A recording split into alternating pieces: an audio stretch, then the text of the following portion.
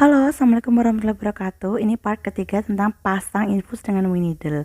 Ini tadi ya bahan dan alat yang harus disiapkan. Nah, itu ya teman, tadi bahan-bahan dan alat yang harus kalian siapkan.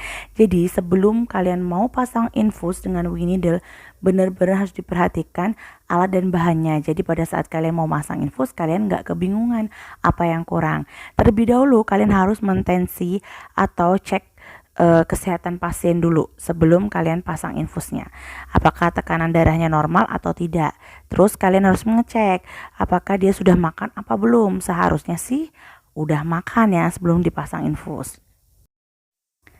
Sebelum mulai semuanya, handscoon sudah terpasang ya, dan selang infusnya itu memang udah ada dari dalam plastiknya, masih segelan ya, dan masih steril.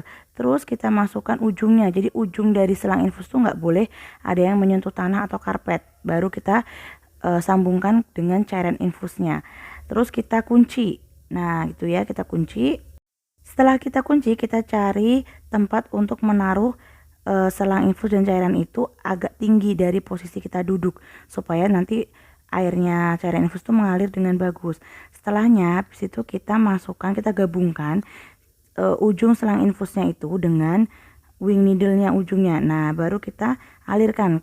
Pastiin cairan infusnya sudah menetes dan tidak ada cairan udaranya. Baru kita tutup semua ujung-ujungnya supaya tidak ada udara masuk ya, supaya steril lagi.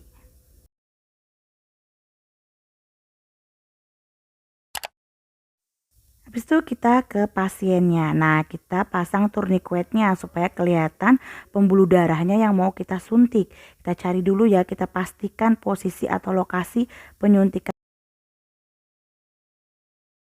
Kita yakinkan lagi ya posisi lokasi penyuntikannya. Nah, itu yang kelihatan tuh pembuluh darahnya tuh.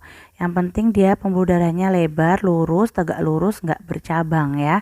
Baru kita siapkan wing needle-nya. Kita buka tutupnya. Terus kita arahkan jarumnya itu ke pembuluh darahnya. Pelan-pelan saja ya, nggak usah terlalu terburu-buru. Nah, kita oleskan lagi kapas alkoholnya. Kita pastikan, baru kita lakukan penyuntikan. Nah, itu bismillah ya. Nah, pelan-pelan. Nah, kalau sudah masuk gitu, baru kita tutup dengan plester. Nah, itu pakai kasanya dulu, baru kita tutup pakai plester biar tidak kemana-mana ya. Setelah kita tutup semuanya dengan plester, nah itu baru nanti kita lepaskan tourniquetnya supaya bisa mengalir ya darahnya. Nah, kita lepaskan, terus kita pastikan, kita cek dulu. Nah, itu kan ujung selang yang tadi masih ketutup ya dengan infus, cairan infusnya ya. Nah, itu kita buka yang dari wing needle-nya ujungnya. Terus kita pastikan tuh bener, itu bener darahnya mengalir, berarti bener masuk ya. Terus kita gabungkan, tuh kita tutup dengan selang infusnya yang ujungnya. Terus kita arahkan atur tetesan cairan infusnya. Nah, untuk yang pertama biasanya jangan langsung cepet-cepet ya, kita atur itunya ya, selangnya itu. Jadi kita bikin tetesannya normal dulu.